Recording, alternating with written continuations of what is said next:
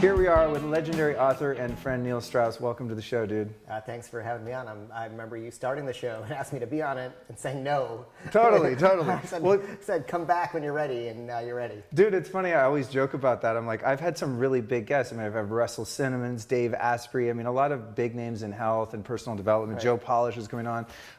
But it's funny, like you're the one guy that I actually am friends with, and I know that, you know, I mean, I know of other people. We don't text and stuff, but I always joke like, yeah, Neil's the only like kind of famous guy that I actually knew, and he's the only one that said no when I started my show. Yeah. But your book had just come out, and you're like, dude, I love you, bro, but I just did literally 20 podcasts to talk about my fucking love life and my book, and I'm over it, and I respected that. So I've recharged. I got new things to say. Cool, awesome, cool. Yeah. So the first thing I want to talk about is just how I found you, and I don't know if I've ever even shared with you this story, but it kind of got, I was reminded of it today when I ran into Jordy, our mutual friend Jordy White. I haven't seen him in about a year. Incidentally, he does the theme song for my show. Oh, the music awesome. in the beginning. You hit up all your friends. Yeah, totally. And he was like, yeah, I said, I want something like Black Keys, like bluesy. Can you even play that? He's like, yeah, dude, of course. Right. And he made like an epic song. But going back to how I first found your work was back in the 90s, I had just gotten sober. This is like 96, and I was just a fucking train wreck of a human being, of course. And I was dating this girl named Kim Nail, who was a really amazing singer. And she got booked to be Marilyn Manson's background singer for like that Mechanical Animals tour. And so she left on tour. I stayed home and watched her two kids. And then your book with Manson was called A Long Hard Road Out of Hell. Is that what it's called? Yeah. So I went out and bought that book because she would call me and tell me all these crazy stories. And I'm like, this can't be true. Like the shit that she was describing to me, the rock and roll debauchery that like my girlfriend was out experiencing. I'm like, this has got to be bullshit. I got to find out who this Marilyn Manson guy is. So I actually went out and bought your book. Oh, you must have been terrified. Oh, dude, we fucking broke up. Yeah. So thank you for that. Because no, there's like crazy shit happens to people on the road in that book. Dude, that was my fucking girlfriend out on the road with these animals, you know? Right.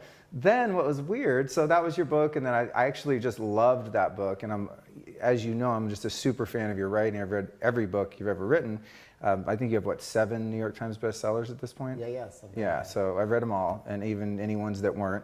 But next I read Motley Crue, The Dirt, which was like, I always tell people, if you want to experience what crack is like in a book, then that's the book. Because you literally cannot put it down. And all your books are really like that, especially the one that I want to focus on, the last one, The Truth.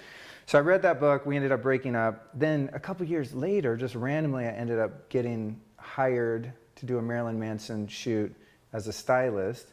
Then got hired for like 2 or 3 years working with him on an ongoing basis, just doing all his stuff.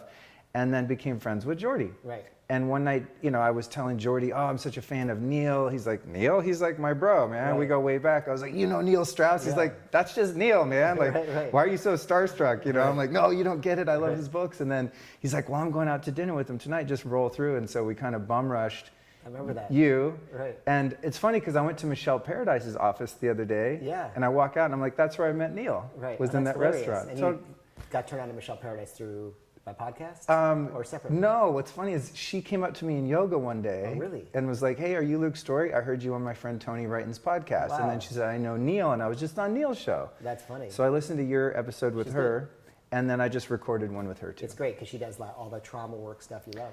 I've been doing it, and yeah, it's amazing. So anyway, here we are full circle, and what I was reminded of when I came in, and just about you mentioned me starting my show, was when you invited me to come speak at your mastermind group, which I had been a part of, you know, your men's group, the society. And I just wanted to thank you, like formally and just publicly, because you were really the catalyst for me doing this show and kind of having the courage to put this message out into the world. Yeah. Because I'm just a dude that's like into biohacking and personal development, but I don't really know that I know anything because it's just what I do.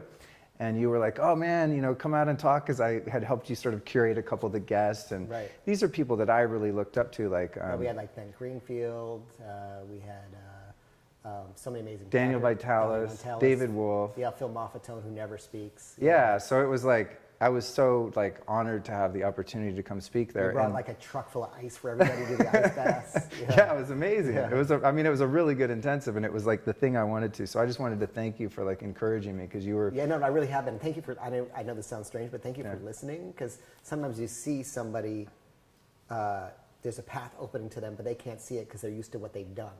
It's easy to start something. It's hard to be like, oh, to shift gears and take those risks. Like a lot of times people who are in their 30s or 40s or anywhere past that think, oh, I tried to write a screenplay, it didn't work, and I give up. Or I tried to start a podcast, it didn't get big, and I gave up. And I thought, wait, you got to where you were the first time because you worked at it for 4 or 5 years and didn't give up. Sometimes it's hard for people to shift gears and forget that they still have to put in the work and the sacrifice and the intensity and everything it takes. So I was happy. I just saw that was the direction you were going in. I'm like, and I'm happy that you got excited by it. Yeah, dude, me too. And it was just very encouraging, like to get the confidence of just all the guys in the group. And, you know, I remember you mentioned to me, like, yeah, Rick Rubin saw your talk and he said everything you said was on point except xylitol. That he thinks xylitol is bullshit. And I was like, interesting, I'll look into it. But I mean, that's like a huge vote of confidence, you know? But this is what makes you good at what you do. And anybody, which is like, when you get feedback, can you actually listen to it and evaluate it, even if it's somebody telling you you're wrong? People really have this thing that if someone's telling them they're wrong, instantly it's a defensive reaction. They just want to push it away because it might not come in the words that are pleasing to their ego, right? Absolutely. But I feel like any growth I've had is from people telling me I'm wrong. The only reason I'm a good writer is not because I was born a good writer. I'm, good at it. It's because I sucked, but I had really good editors back when I was starting out at the Village Voice or the New York Times, or actually even before that because I didn't make it to the New York Times without that, where I was an intern at the Village Voice and I'd write something and they'd be like, that's shit, that sucks. And I'd be like, oh, tell me what's good. I wouldn't be like, oh, that guy called me shit, I hate him. I'd be like, no, he's successful at what he does. I am not. I have something to learn. Totally, right? So totally. When he said the xylitol thing, you didn't like prepare a big defense or be like, what a jerk. You thought, oh, let me look into that. Totally. It didn't even cross my mind. I was like, oh shit, I respect him. And he's been into this stuff, privately for a long time, I know. He knows his shit. So I was like, oh man. But what's funny, actually, it reminds me, when you posted the video of the talk you did at the intensive, it got trolled so fucking hard by your audience. But what occurred to me, it was like I had this Howard Stern moment because I felt bad. I was like, shit, this is like the first public thing I've ever like put out, and all these guys were like, oh, this guy's a fucking idiot and a pussy, and they were pretty vicious. I don't know if it was like the audience didn't relate to like my vibe or whatever, but one thing that did occur to me, I was like, wait a minute. These guys were trolling stuff that was like at the end of a 2-hour video. I was like, that means they sat there and watched the whole 2-hour video to get to the part that they hated about eggs or whatever I was talking about. And it's like, I remember Howard Stern once saying, it's like, when he started out, he had so many haters and so many critics, but they all tuned in. You know, so it's like, if you have 100,000 people watching you and 50,000 hate you, well, 50,000 are still watching. So anyway. No, if you do something that you feel sucks and people hate you for it, you made a mistake. But if you do something you really believe in and people hate you for it, you're probably doing something right. And if you listen to it and evaluate the feedback. And I think like George Orwell always said, as a writer, the worst thing is for people to have no opinion at all on what you're doing. So I really feel, especially like if you rise your head out there and you make anyone who's leading the way and might be ahead of everyone else is going to get so criticism by their rear guard, and the people who want to stay where they are. I don't want to hear information that what I'm doing is wrong because I don't want to change it. So I have two choices, either change it or hate you and tear you down, right? But what I can't do is keep doing something that's wrong if I know there's another better way to do it.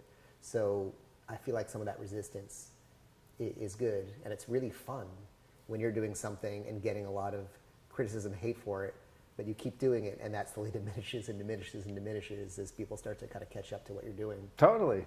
And I've had that experience too. Yeah. Absolutely.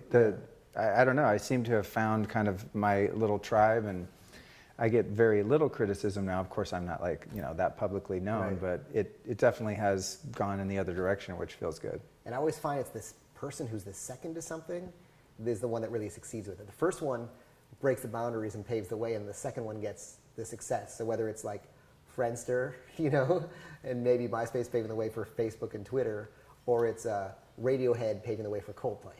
Right. That's true. That's true. Like the first person out there, like they fight the fight. So the first person to copy them is the one that gets all the medals. Right. Yeah.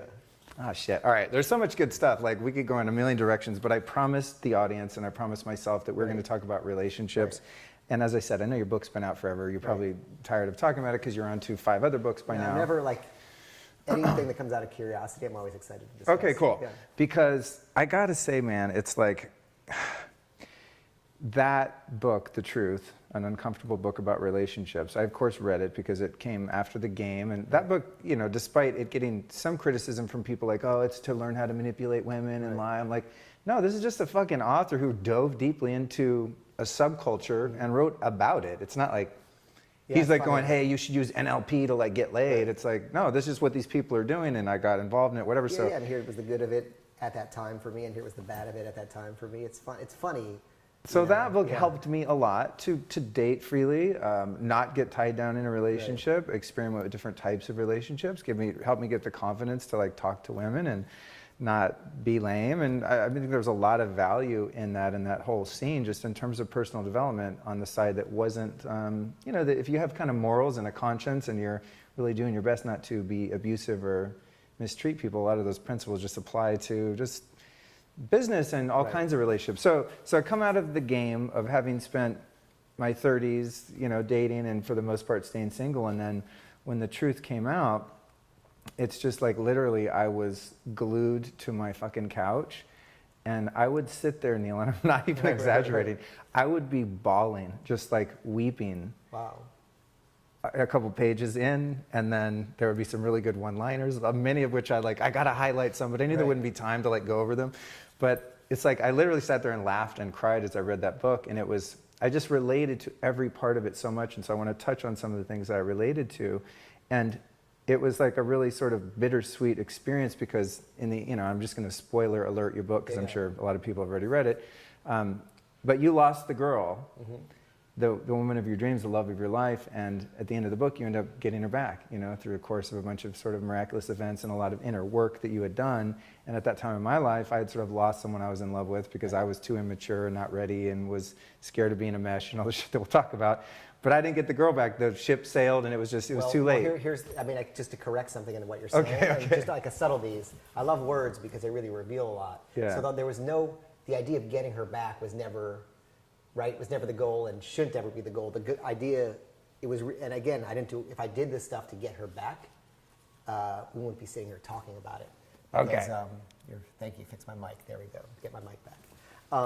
So the goal was really to get emotionally healthy. Once I was willing just to let go of that relationship and realize, okay, I'd blown it, I'd fucked that up, and now I'm just going to get emotionally healthy for me.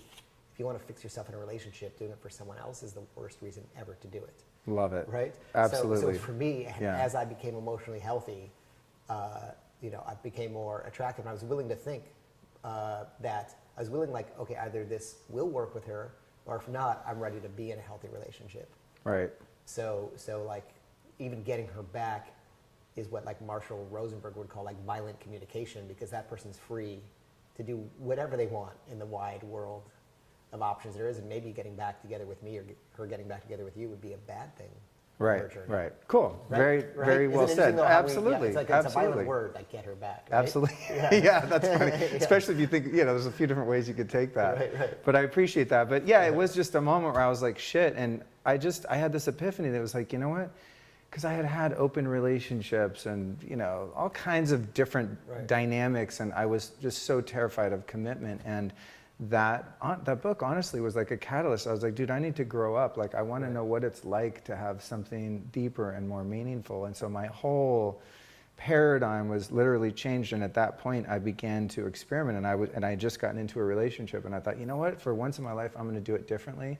I'm going to go in just brazen, open-hearted, totally ready to get devastated if that's what has to happen in order for me to evolve. And I commenced to do that and did get devastated, and all my worst fears came true. But I grew and I changed, and here I am now doing it again. Yeah, and the other thing is like a couple of thoughts on what you said.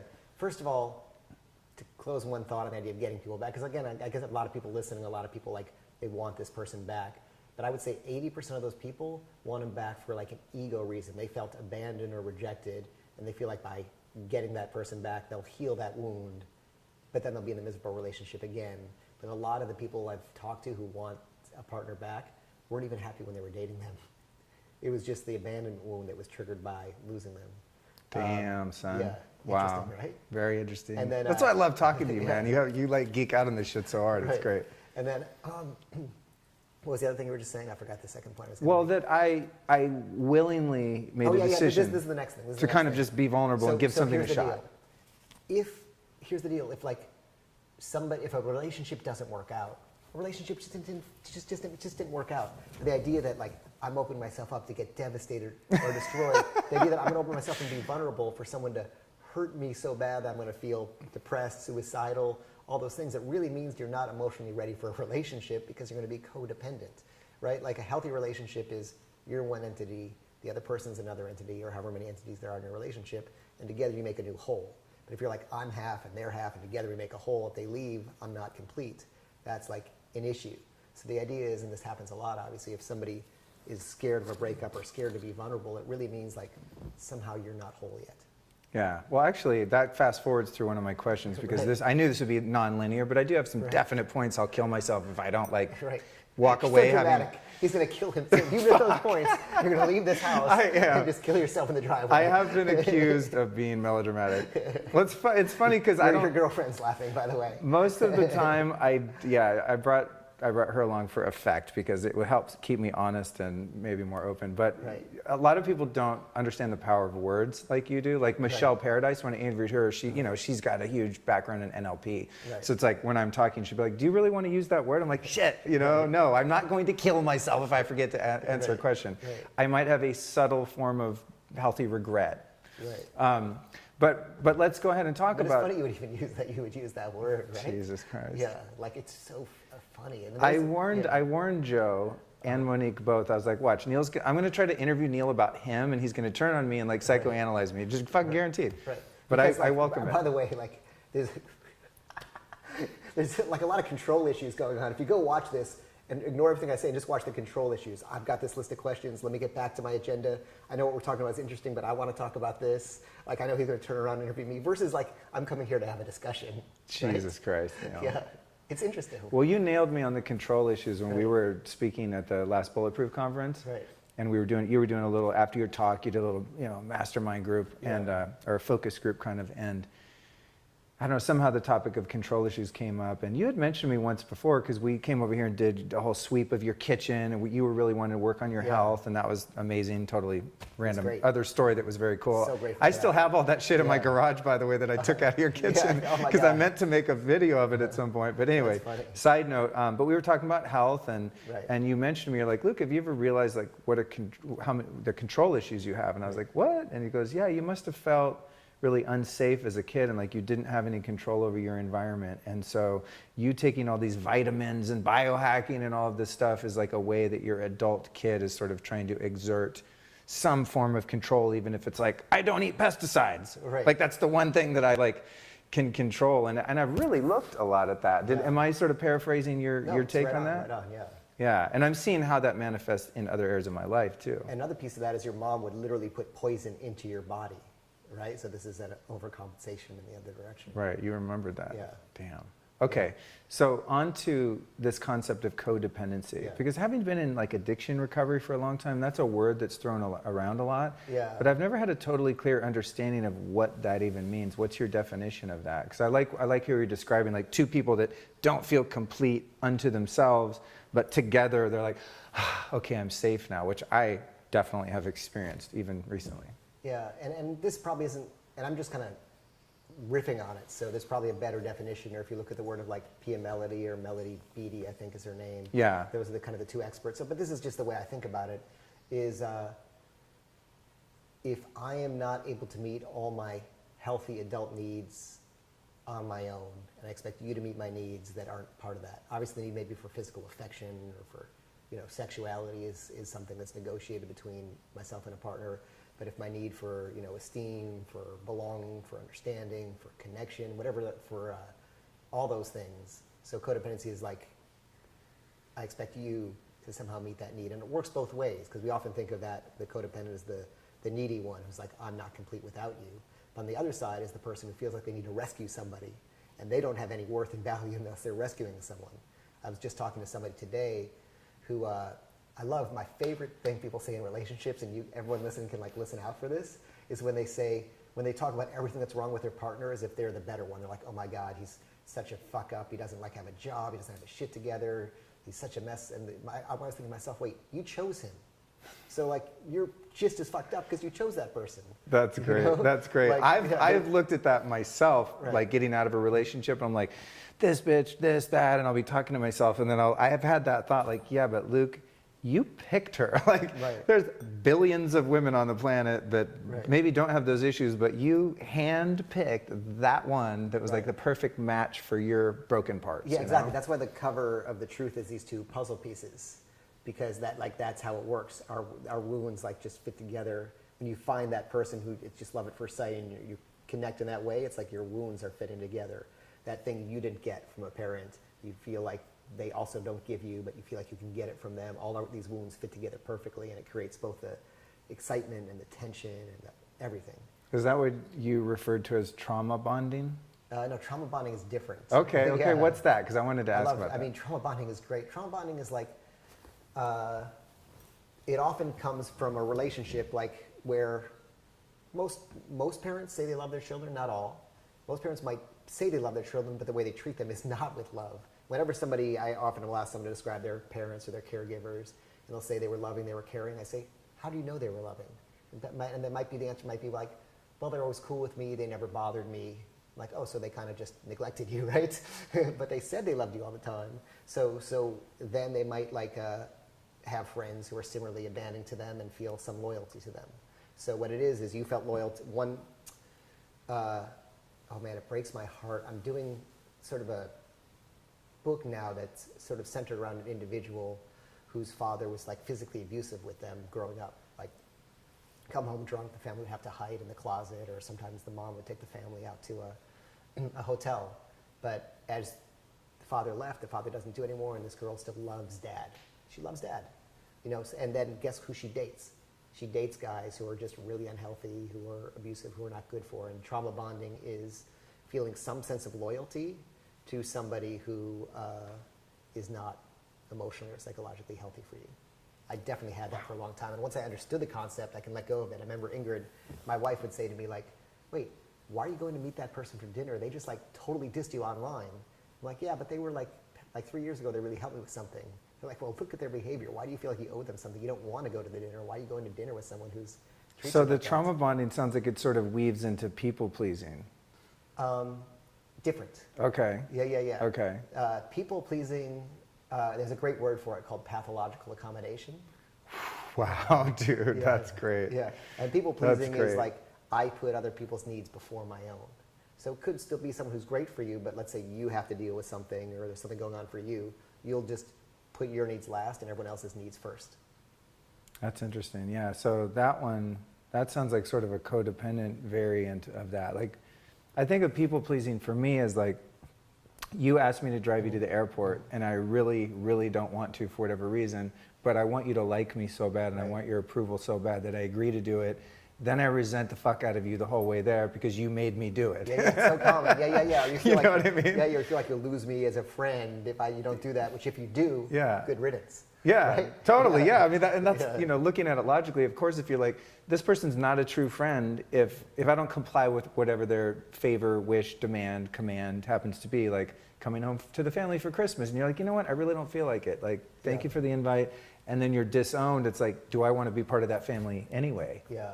Like, that doesn't sound like a very loving, understanding, forgiving environment that they're kind of curating over there. There's a great concept, and we're like kind of covering a lot of different concepts. It's great. It's great. We did trauma There goes my bonding, list. Yeah. Pathological accommodation. But there's one that comes from Pia Mellody, who again is brilliant, called unconditional positive regard, which is people in relationships expect someone to give them unconditional positive regard, which is they need to approve of everything they do, always support them. But like that's not really a partner. That's sort of like an employee, right? So right. one of Yes, the big, like one of the yes big man thing, right? kind of You might thing. be like, oh, I'm so upset you don't support me because you disagree with me on that, like, which is insane. And I think like one of the big lessons I learned was letting go of the need for unconditional positive regard from my partner. I want them to be authentic. If they disapprove or don't support something or have a difference of opinion, like bring it on.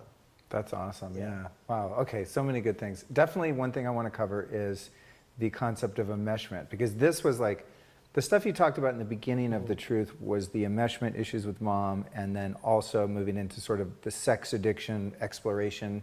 So those are two things I want to cover.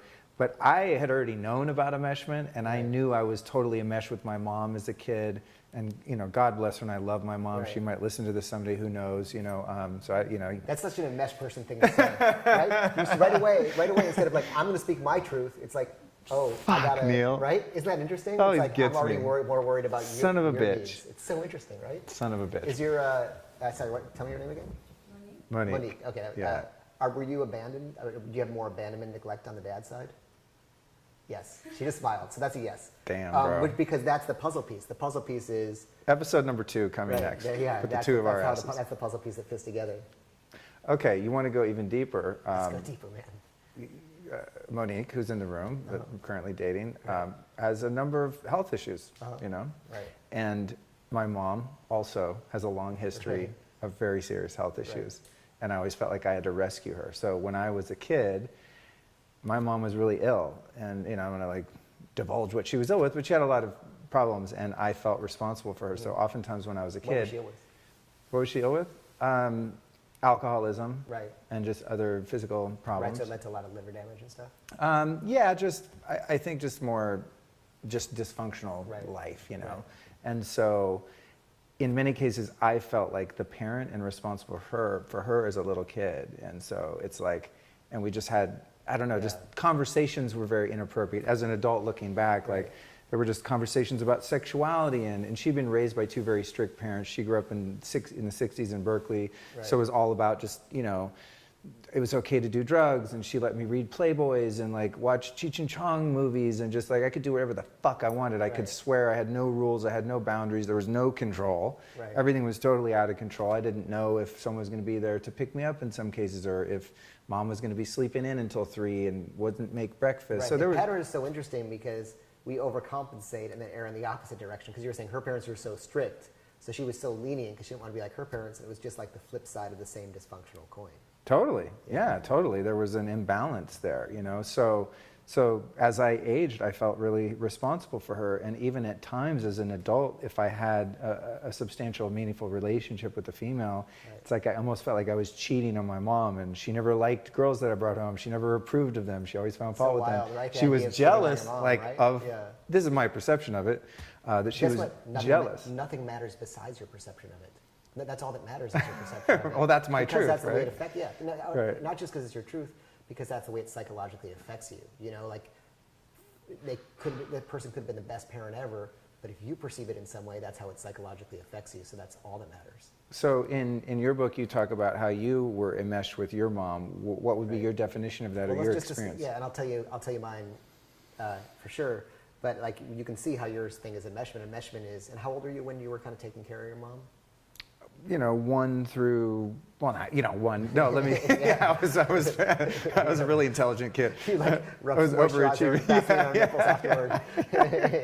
No, I mean, my mom was, very loving, and I was not, mistreated as an infant or anything like that. But, as I started to get older, 8, 9, 10, 11, 12. As soon as you're capable of doing it. Basically. Yeah, exactly. And also her, her drinking escalated during that time when I was a, young teen coming into my teen years. I mean, it got progressively kind of worse, and she started partying a lot. And I was using a lot myself already at a really young age. So it was kind of in those formative years. And then I was shipped away because I was unruly when I was 13 and was just like kind of kicked out of the house. Fucking parents, they're like, whenever a parent says like, this kid's out of control, this kid's, and they ship them away, like, dude, you're the problem. You created that. Your family system created that. It drives me nuts. I always thought, I feel like if anyone who's arrested, their parent should be arrested and tried as well. right, totally. Hey, man, I mean, that's where it all comes from, But even what's weird is on a deeper level, like from a sort of yogic or Vedic perspective, all of those ancient Eastern traditions all sort of lend themselves to the idea that you chose your parents and you chose that exact moment to incarnate in those circumstances because they were best suited for your own soul's evolution, And I really feel that resonates with me, that I got 2 perfect parents to help me evolve into the person that I was meant to be, and those circumstances were just right, getting shipped away and all the things that happened since, and just all the things that happened helped accelerate my going into alcoholism and drug addiction, which eventually led to my demise, which led to my like reemergence and literal like rebirth. So had none of that trauma ever occurred, who knows? I could have just been dude working on a construction site, coming home watching TV, and like maybe wasted a lifetime. Yeah, no, anyone who's high achieving in society, like definitely usually had a dysfunctional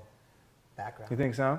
Oh, it's of course. Anyone like a super high, you know. Right. Look at like a guy like Tony Robbins, for example. You know, Wayne Dyer's another one. You know, grew up in orphanage and went on to help millions of people. So back to let's talk about enmeshment for 1 second. So enmeshment is it's a concept that's not well known, but I feel like it should be really well known. Which is we all know about abandonment, which is you have needs and a parent is not there to meet your needs. And by the way, a parent can be present and still abandoning because they're not emotionally present, or they're just always working. Especially now with like your parent on their cell phone. Can you imagine like how many kids are being neglected for like so Facebook? True, man. I think there's probably like a phone abandonment, right? Like how often are you on your There's going to be this pathology that develops, that comes to light when the kids now come into their 20s and 30s. Or then the kid's 13 on the phone all the time, their parent's going to punish him, but it's like, well, what did you model for them? Right. So that's abandonment. Yeah. But then the flip side is the opposite of that is enmeshment, right? Which is when the child, so neglect is not meeting the child's needs, and enmeshment is the child's there to meet your needs. And it's so subtle that people don't notice it because sometimes it feels good. Like, look, I'm taking care of mom. Look, mom's telling about the problems in her life. Look, mom's like, she's depressed and I'm cheering her up. Look, she's super anxious about me and that's annoying, but hey, at least I know she cares about me. So basically enmeshment is when you're meeting the parent's emotional needs. So for example, you having to save and rescue your mom and fix the problems, or sometimes a dad or leaves or mom leaves and you become the parent of the house. So it's being like falsely parentalized, and it's really like tough because you don't recognize it as abuse. It feels good, but it really destroys your relationships later in life. So how did that manifest for you in a way that was destructive to relationships later? Often is the case is a parent is that unhappy marriage. So my mom and dad who are still together, mom hates my dad. So she'd come to my room and just like complain about dad all the time from an early age. And I remember that too. Yeah, I remember she'd say like, whatever you do, never grow up to make anyone as miserable as your dad makes me. Fuck, I remember that really from your wired book. me to like leave relationships when I felt like I was making the person sad or yeah, I bet you've said it's not you, it's me a few times and walked out. That's a result of that. Yeah, I remember that. And what happens more than that, this is what happens on a deeper level. And so, so that was a lot of, and also like also a parent with a lot of anxiety. In other words, like, well, am I punishing, is a parent punishing or disciplining or creating boundaries with the child because that makes them a better child? Or are they doing it so they don't feel anxiety when the child is out or doing other stuff? Are you doing it for them or for you? It could be the exact same thing and be falsely empowering. And even something as horrible as, physical or sexual abuse can come across as neglect. Neglect is you don't matter. Enmeshment is you could feel special because you're being called out, in those ways. So these things, they're very subtle and dynamic, and it's called like kind of complex trauma. It's not so simple. So what was the net effect for you, I'm curious, as an adult? I mean, it's the same as it is for anyone, which is, so the big kind of effect of enmeshment is one, you generally choose like, needy people to take care of. Here's the cycle. You choose a needy person to take care of. You chose that person, and then guess what? They become needy, and whatever you do is never enough. So you start to think, I'm doing everything I can, they're still not happy, and then you start to resent them, and then you start to sort of like still stay in the relationship and pretend to be taking care of them whilst outliving your own, secret life.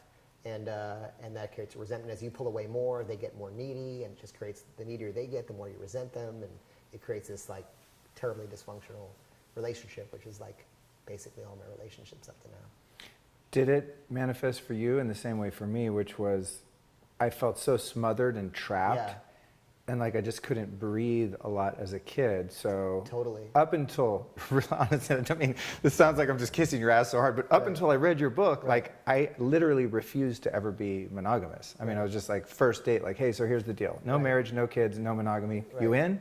To give it a shot? No? Great, thanks, take care. I mean, I literally was that fucking straight up with it. And there's nothing, by the way, and there's nothing wrong with any lifestyle choice of monogamy, non-monogamy, abstinence. It's all why you're doing it.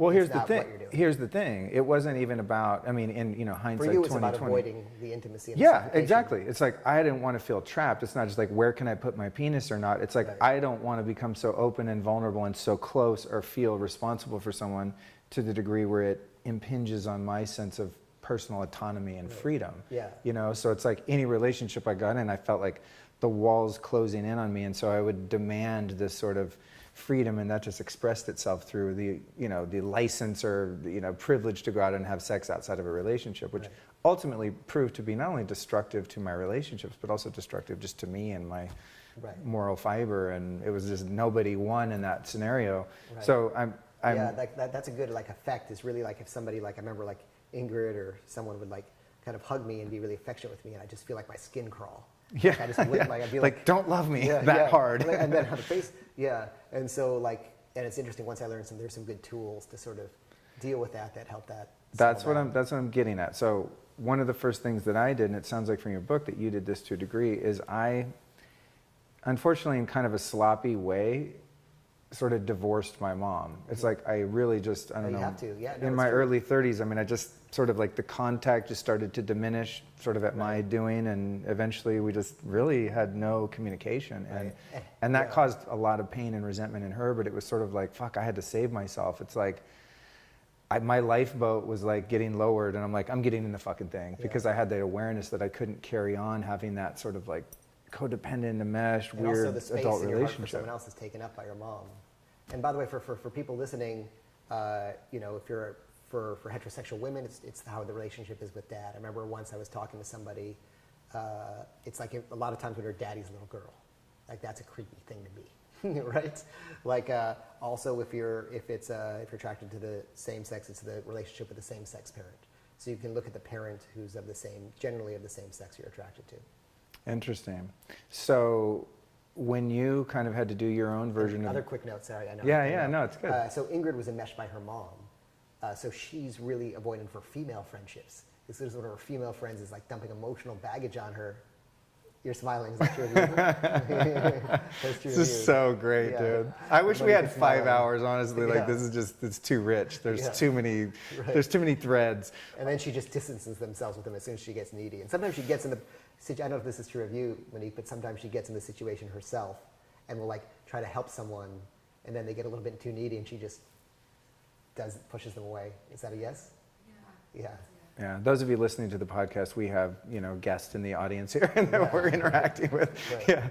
Yeah. So for me, when I made that move to just become an adult man, and it was it was keeping me very sort of infantile and immature as just a male to have that still be on the teat of mom, so to speak, and have that sort of unhealthy emotional bond. And it was I really started to grow up a bit when I did that, but there were repercussions, and it's taken years to sort of make contact and still sort of working on what is an acceptable and healthy amount of intimacy and closeness. And the resentment and the hurt was so deep on her end that, I don't know that she, at this point, wants that much of a relationship, so it's, I don't know, it's what... Wait, so wait, let me kind of explain a little bit. And by the way, I want to make one other disclaimer for for listeners, because there's a certain percentage of people listening, maybe 20%, who are thinking oh, you're just blaming your parents for what's wrong with you. So I want to make clear, none of this is blame. This is just the way you were programmed. Every parent, most parents do the best they can given who they are. And unless you can look at it objectively and say, hey, this is what helped, this is what didn't help, and then take responsibility. It's not their fault. We're taking responsibility for it. But it's understanding yourself. A certain percentage of people really see this as blaming parents, and it really isn't. It's just if you look at the way the brain is formed, that's how the brain is formed and built, and all the neural connections are built in those first, especially those first 3 to 6 years, but up to maybe 17, 18, all your everything's being wired in by your caregivers, and especially when something's repeated thousands and thousands of times, is that phrase, the cells that fire together wire together. This is your wiring, and now it's up to you to overcome it. And to overcome it, first you have to understand your wiring without anger and without blame. It's just the way it is, and you've got to understand if you don't know why you're doing something, then it's time to take an exploration of why. Absolutely. I mean, that's just for me becoming a drug addict. I surrounded by drugs when I was a kid. That was my environment. But I made decisions myself. You know, it's like I was told, don't do this, don't do that. And I was like, fuck you, I'm doing what I want. And so there I am as an adult, like with a life that's in the toilet and, you know, assuming responsibility. Assuming responsibility gives me power. So it's like in the situation with my mom, I actually feel, it's unfortunate there were some hard feelings and some feelings hurt in that sort of divorce, for lack of a better term. But I still feel good about the progress I was able to make, and there was no blame for me involved. It was just like, I'm stepping over here on my side of the street, I'm keeping my yard clean, I got to take care of my shit. It's not even about the parent or One of my favorite the other person. says, It's just, it's about me moving forward with life in a healthy way. Yeah, one of my favorite teachers says, when you feel guilt, you're doing the work of separation with your parents. So let's talk about this divorce. I want to understand it. Yeah. Well, I want to know about yours. Yeah, totally. I can talk about mine too. It's so funny, dude, because when you're else. interviewed, Neil, I'm like, you spend a lot of time on the interviewer and like digging into them, which I think is brilliant. But what's so funny about it is in your books, you're so fucking like deeply transparent. Right. It's like, oh my God, when I read a book like The Truth, I'm like, dude, I can't believe he's like writing about this and actually released the book. No, and it's not an avoidance thing. It's because, well, I already know my story. I don't know as much as yours. Right. So it's like, to me, like, I operate on curiosity. Totally. So by me talking about what I already know, it's less a It totally makes sense. It's not a technique or anything. It's just like, oh, I'm more curious about you than my story that I already know. Thank you for saying that, because I'm always like, why does he always do that? Because in his books, he says everything. Yeah. But But the other thing is no one to talk to but me. And I'm learning by writing about it. I recommend writing to everyone, even if you're not a writer. But by writing about it, like I learn through writing about it. Like that process, I don't know what I'm going to write before I write it. I don't even know what the conclusion is before I write it.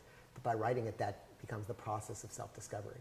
Awesome. Okay, so what were you going to ask about the divorce? So tell me like how it went down. It seems like there's some weird feelings around. Well, you know, honestly, it's just, I did it under the guidance of sort of a mentor that I was working with, and he was a lot older than I, and saw like, he's like, I don't know if you've ever looked at this, man, but you have a pretty twisted relationship with your mom, and I think it's really holding you back from becoming a fully integrated adult male. And so I'm going to recommend that you step back a little bit from that relationship and get some perspective and stop being so, I don't know, he didn't use the word enmesh, but it was just to him, it was apparent that it was not healthy, and it was kind of stunting my growth and my maturity. And so I didn't really know how to do that in terms of the mechanics. Like, do you sit down and have a talk? Hey, we were enmeshed, Mom, and so we can't talk anymore. How I did it. So I just kind of ghosted, and that was maybe a little bit of a crude method in terms of the mechanics of like how to untangle from that. And now I'm sort of in the process many, many, many years later of trying to kind of mend fences and find a workable way of relating that's healthy for both of us, you know? Right. It's like one of my mentor said, like, it's news, sports, and weather. It's like the relationships sometimes you have with your mom. Oh, that's, but here's how you do it, and I think this is true of all relationships, which is you have a conversation. I always let someone know what I'm doing. I don't kind of ghost. I say, hey, I just advised someone to do this the other day, and it's the exact same thing I did, because I think they're 34, and their mom's always saying, you really got to get a job. You really got to do this with your life. You're just not doing this. And I said, just tell her this, and this is what I said, is like, okay, you've been telling me that same thing for like 20 years now. And obviously, like, if I'm still in the same place, maybe that advice hasn't been, I think your intentions are good, but maybe it's not working, but reinforcing the idea, or maybe I'm rebelling against it by doing the opposite, or it's reinforcing the idea that maybe I'm a loser. So I'd like to try something, which is like, let's not have that discussion anymore, because clearly it's not working, right? Even though your intentions are good. And sometimes maybe it's having the opposite effect. And so what I want to do is not discuss this or talk about that with my mom. It was like, I don't want to hear anything negative about my dad. I don't want to hear how he's a piece of shit and, never cared about me or whatever your story is. I don't need to hear that. It doesn't help me. That's what I said. I said, like, I'm in a relationship now. I'm ready to get married. And I don't want to hear about, like, what's wrong with dad and what's wrong with your relationship with dad. It's not helping my relationship. Right. It's sort of like telling someone the things that you want to share with me are none of my business, but you think they are, and I'd like to keep them none of my business. Yeah, but it's right? with compassion. It's kind of like what you said earlier, that it's not you, it's me talk. It's kind of like, it's not you, it's me. It's not what you're saying is good, but it's me. Yeah. And so I say, from now on, let's just not have that discussion anymore. If you do it, I'll just say, hey, let's not talk about that. If you can continue to do it, I'll just kind of hang up, but no hard feelings. I'll just hang up. It's almost like not good for my psychological Were there health. repercussions for being so detailed in the description of your family dynamics when your book came out? Yes. Yeah. Yeah. Not happy? Doesn't talk to me. Wow, Yeah, okay. Yeah. And And so- that's her choice, right? Right. But I did call. I said, hey, this stuff is going to be in the book, and if you want, I can change some things. You know, all I care is about my story. Like, I can just change your names, where you're from, your identifying description. Then you can just tell your friends I made it up, right? Right. So I Which gave is the always a option. possibility. Yeah. You know what I mean? It's Right, like, right. you never really know. It's like the author's word against the audience, you know? Yeah. Like, to me, it's just I want the integrity of my story and the way that it can help other people. Yeah. So yeah. Yeah, and fucking A, it did, man. And continues to. So And then that was like a big break, which is like, oh, I'm going to take care of my needs, and I'm only going to tell the parts of your story that are relevant to who I am. I don't need to tell stuff that isn't relevant to the idea of enmeshment or what made me me. Another thing you've explored is the concept of sex addiction. And this is something that, you know, I mean, I've been addicted to all kinds of... Let me pause, because I think there's probably like a certain percentage of the audience that needs to have this discussion with their parents. Like a lot of parents are just, call you expecting you to fix their problems, right? Mom or dad calls with the problems in their life. Stop listening to it. Draw the boundary.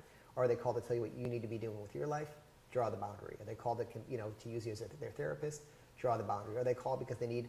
The only exception is if they're like really a dependent elder, like they're in the hospital or they need medical care and attention. It's just, and here's the crazy thing. When you stop kind of helping them with their emotional problems or being the receptacle for their control or disappointment or anxiety issues, they'll move on to someone else. As soon as I did it, my mom moved on to my brother. He did the same thing, then she moved on to someone else. Wow. Like they'll find someone else, and it's a very... Because part of this stuff is like you feel necessary, like, oh, mom needs me and it fills something in you. And so letting go of that is a two-way street. And it sounds like sort of a form of enabling too, you know? It's like if you have someone that has reoccurring issues and neurosis and they're using you as a dumping ground and you keep being the receptacle for those issues, it sort of gives them a reason to not fucking change. It's like giving an addict money for crack every day and then being pissed off because they're smoking crack. It's like, well, stop giving them money, kick them out of the house.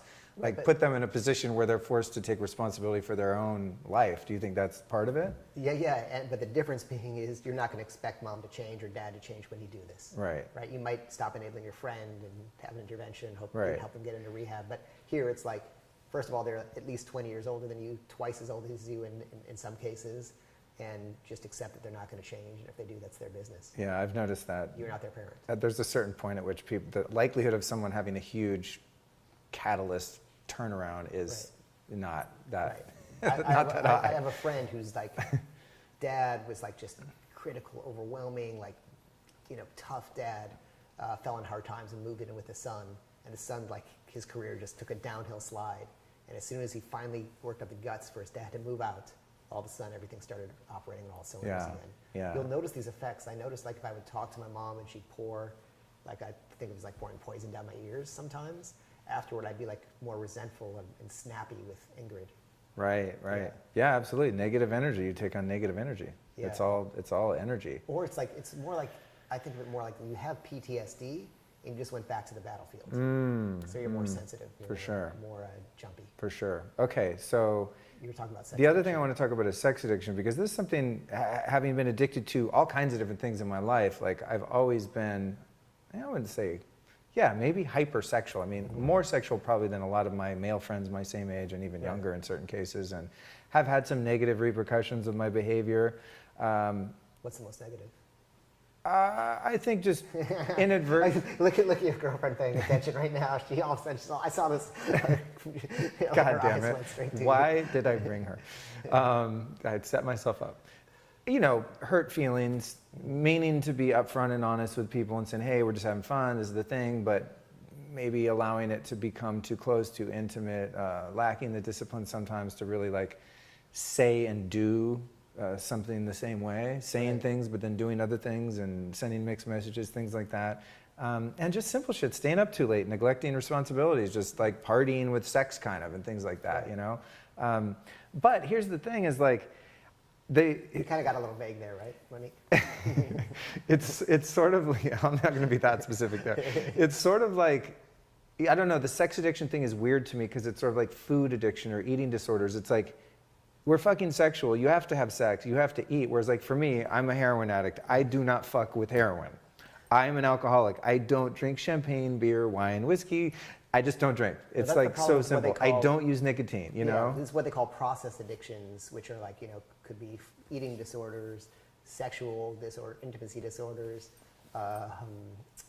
exercise. Some people are addicted to exercise and things that look healthy on the outside. I wish I could get addicted to that. Right. No, So what's the difference? Those are the people who are always like getting knee surgery and That's true. Yeah, I just did my 4th marathon this year. And like their partners are complaining because they're always like training for that marathon. That's true. Yeah. Or work addiction too. But like so those are things where like it's easy with like just stop drinking, just stop shooting up, just stop putting these chemicals in your body. With this, it's like only have sex with that person under these circumstances. So process addictions are tough. Well, that's the thing. I mean, when you explored like sex rehab in the book, their definitions, and that's like a part of recovery I've never, gotten into. Yeah. But it's like, no, just kidding. dude, so like, if you're like sober with sex, you can't masturbate, you can only have sex in a committed relationship. Like there's these really fucking crazy sort of restrictions and rules in order for you to develop your own, I guess everyone has their own individual bottom line, but it's like, how do you even define your quote unquote sobriety or recovery it's very, in that area? It's so tricky. So go ahead. what I want to ask is there such thing as sex addiction, or do you just have some people that are hornier than others and that use sex as kind of medicine and a coping mechanism? Yeah, I mean, the real answer is like, it doesn't matter. Right. Like, all these things are just words that a bunch of people made up to define a set of stuff. Right. Right? Like they're all, and so, but it is true that the idea of sex addiction is used by religious and moral groups to make a certain kind of behavior sinful. I think Sexaholics Anonymous, if you have sex before marriage, right, you're a sex addict. If you masturbate, you're a sex addict. If you watch pornography, you're a sex addict. So like I probably just made like 99% of the people listening. That's the thing. Guess what? Welcome to the club. I mean, that's the thing, I mean. But so here's my thought, and this is how I always do everything, and it relates to the first thing we're talking about taking feedback. It's like when I decided to go to rehab for sex addiction, which let's say sounds like is a very shameful thing, right? It's not something you're gonna like put on your Facebook wall. Yeah, it's like way cooler to be like, hey guys, a junkie than it is like, I can't stop jacking off or whatever. Right, It's like, oh wow. And it just sounds like you want to keep away from some. So, but I just thought, well, my relationships aren't working. Like I'm cheating or being cheated on.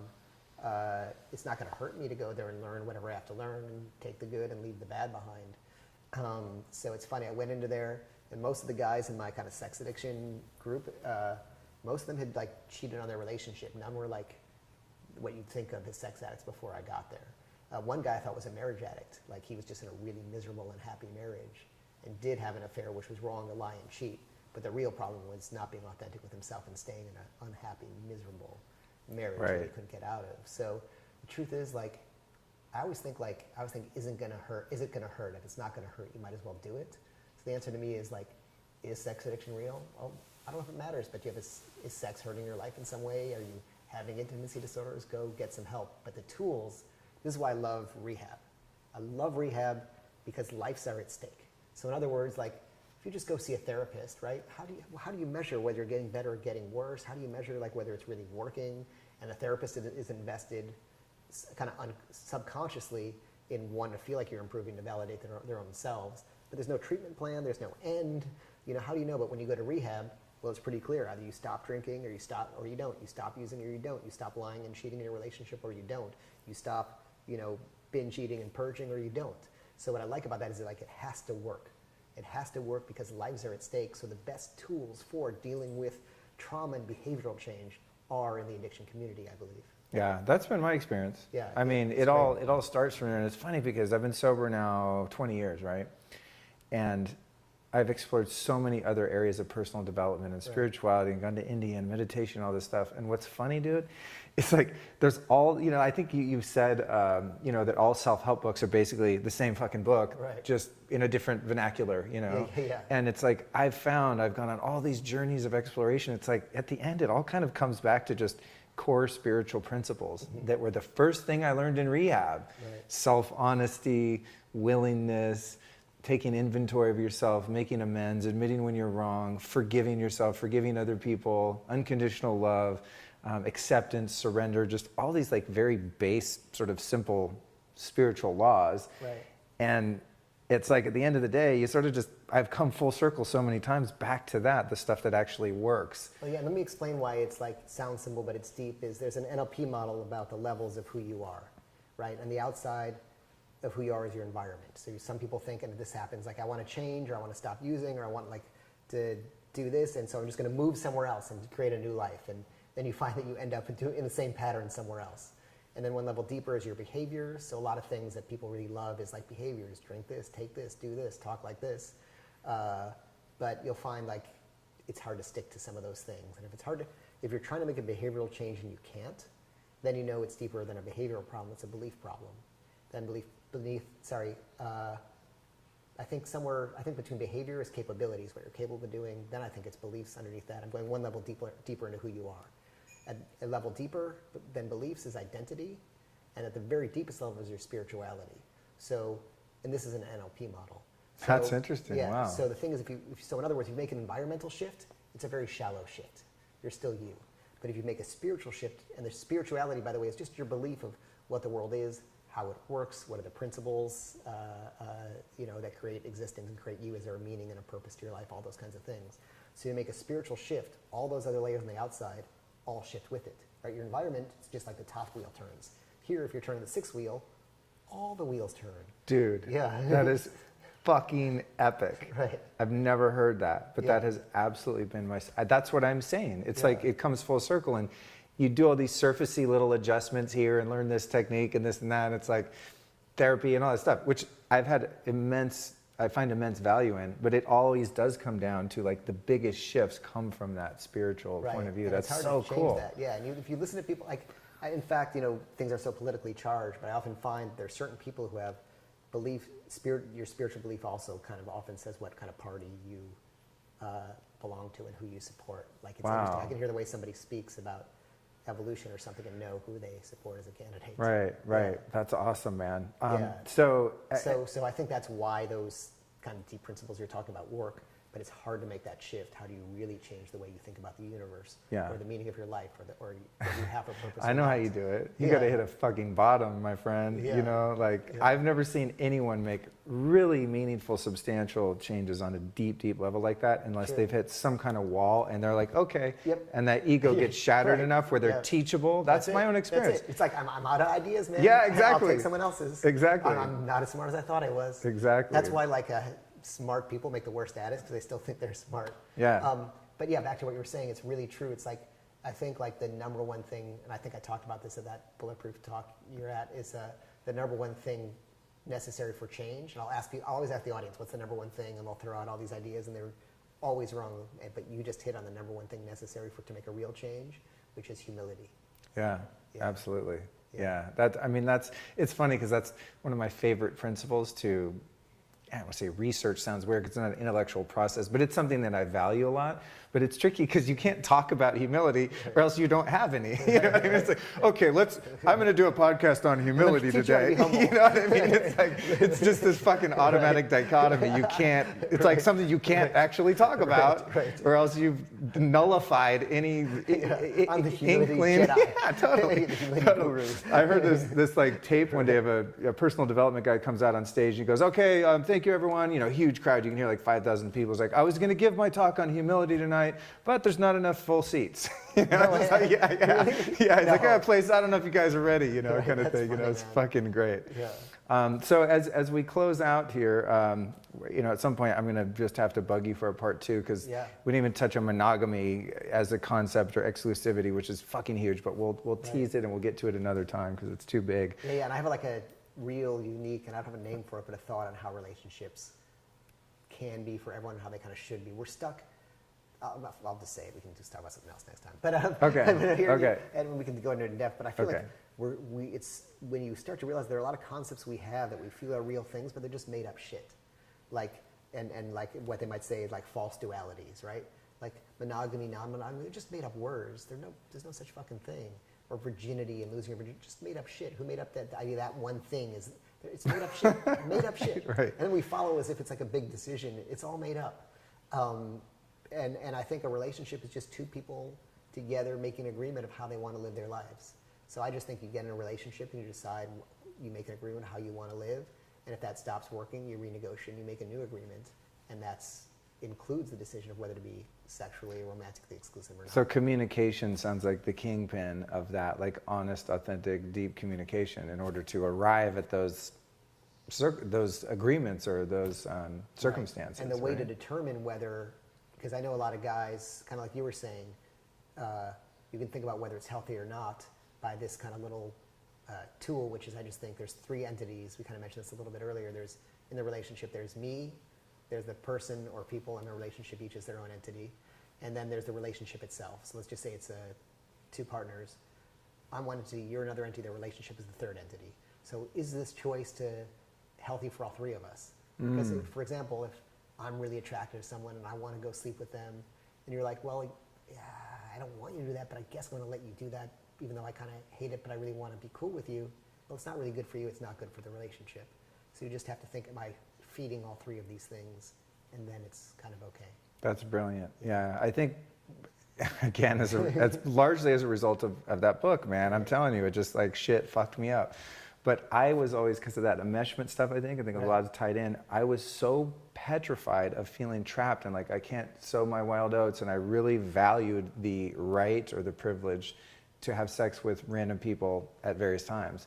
Yeah. And what I was afraid of, this deep-seated fear of losing my quote-unquote freedom and my autonomy. Yeah. And what I started to find, actually, what I'm finding now, Neil, it's so amazing, is that really like the true freedom that I'm slowly discovering, thank God, is the ability to really fucking be vulnerable and to really allow someone to love me and to really love someone else. And to me, it just makes like the sexual freedom so irrelevant. It's like, I don't even think about that anymore. I actually like am craving exclusivity and the safety that's created for my heart when I know that it's safe for me to come out, you know, because it's been so hard for me to like really reveal who I am and just be myself and be, authentic is such an overused word, but I mean just like really, really real with someone where I don't have any fucking secrets. And they see all the weird shit about me that I think I'm unlovable for. And I'm finding a new definition of freedom within that. And, you know, who knows how that manifests later as physical rules or, you know, things that you set up, and but it's like... can you accept that in the other person as well? It's easy to like put all your shit on the line. Can you also accept all their shit? Can you love them unconditionally when they're able to come to the table with that same degree of transparency? Or you don't have to like it, but can you accept it? And it's funny too, that note. For me, the big epiphany was, I kind of was like you, like I wanted to be free. I didn't want to have a home. I wanted to travel wherever I wanted. I didn't want to have a boss. I wanted to work however I wanted. I didn't want to be in a relationship. I wanted to be free, but that wasn't freedom. That's what I'm saying. Because if you're not free to commit, then you're trapped. You're fucking trapped. It's like an eagle, like flying. A bird can't fly around forever without having a perch or somewhere to land. Totally, man. Totally. And that's such a beautiful thing to discover. And thank you for, in your roundabout way, helping me to arrive at that. And it's like one of the most amazing things that has ever happened to me. And it's just now kind of emerging. I'm just having that awareness. It's like, wow, the first time in my life, like, I really am not interested in anyone else. I'm interested in seeing what's possible in terms of a true partnership with someone, you know, and having the safety and the space to be able to do that, which is just sounds so weird to hear my voice say that. I'm like, Luke, you're full of shit. And I'm like, no, it's real. It's real. Like, I'm not delusional. It really is a different kind of freedom. And the freedom that's why you're wearing your heart on your sleeve today, by the way. I literally am wearing a heart on my sleeve. That was pointed out earlier. So thank you for that and all the work, man. And, you know, just for being a great friend and inspiration. You're someone I've called in some times of need, and you're a very wise guy. And it's, you know, there's not that many people I will call and be like, hey, here's a situation going on. What do you think? Like, give me 10 minutes and just like bust balls. And you're like, all right, motherfucker, let's go. You know, here's what I see. And I really value that. So thank you. Awesome, man. In closing, you've taught me tons of stuff today. You continue to teach the world through your books and your inner exploration. In the context of relationships, intimacy, sex, all of this, who are three meaningful teachers to you? Could be a book, a person, a theory, anything. For sure, someone mentioned earlier, Rick Rubin, because he was the one who like just kept pointing out the folly of my ways.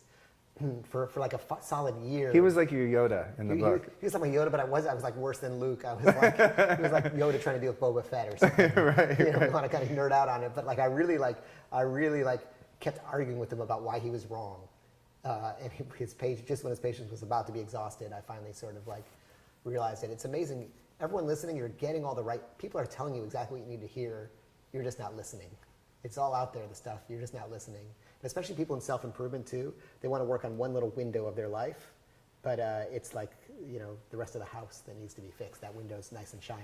I want your other two, but the other two. but would you say that in your own experience, because this has been for me subjectively by far, with the exception maybe of addictions and the recovery from that, but exploring a relationship in a very vulnerable and open way has allowed me to grow and change faster and reveal really uncomfortable truths about myself more than any other personal development shit, workshops, you know, seminars, like all that seems to pale in comparison of just trying to get to know someone and get along and do as little damage to each other as possible and grow together. Would you say a relationship is like one of the top, if not the top tools to really reveal in you what needs to evolve? Oh, for sure. And whether it's a romantic relationship or with kids, too, in the sense of you can't control the other person.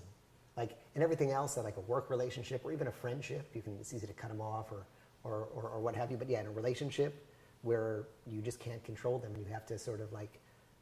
Wait, you can't? What's that? Exactly. Shit. And then, yeah, it's funny because I mean that's where like you're really dealing with another individual that's different than you and negotiating all this stuff. So I feel like relationships are really where the rub is, and especially in your romantic relationship is where your issues come out that were programmed into you by your parenting growing up. So if you're just on your own, they don't come up till you're in a relationship. Especially, you know, it's that like 6 month to 1 year period where most people break up because like. When you start dating, you idealize someone, you project a fantasy onto them, and then you start to see, wait, like you're doing that, I don't like that. Well, you tricked me, or you weren't like, you know, and you start to see like things, who they are come out, and then can you still accept them? And when they push your buttons, which has nothing to do with them, it's all about you, can you kind of recognize that? But I think in relationship, you can do the most work in relationship. So I think an important point to stress that often isn't discussed, if you are those trauma puzzle pieces fitting together and you're rubbing them in one way and they're rubbing you in another way, if you can become conscious about it and really work on it together, then you both get to heal, and that's like the most powerful. So you think that's possible? Of course it's possible. Awesome. Yeah.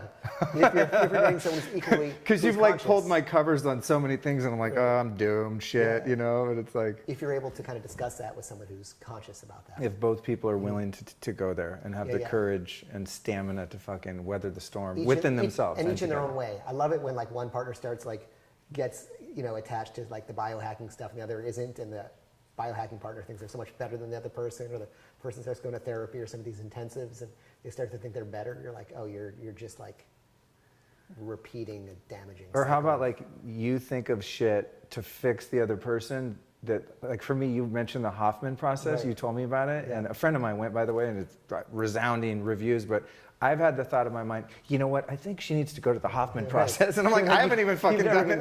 You know what I'm saying? It's like, I'll think of all the things that I could or should be doing, and I'm just going to tell them to do it because I know I'm, you know, almighty.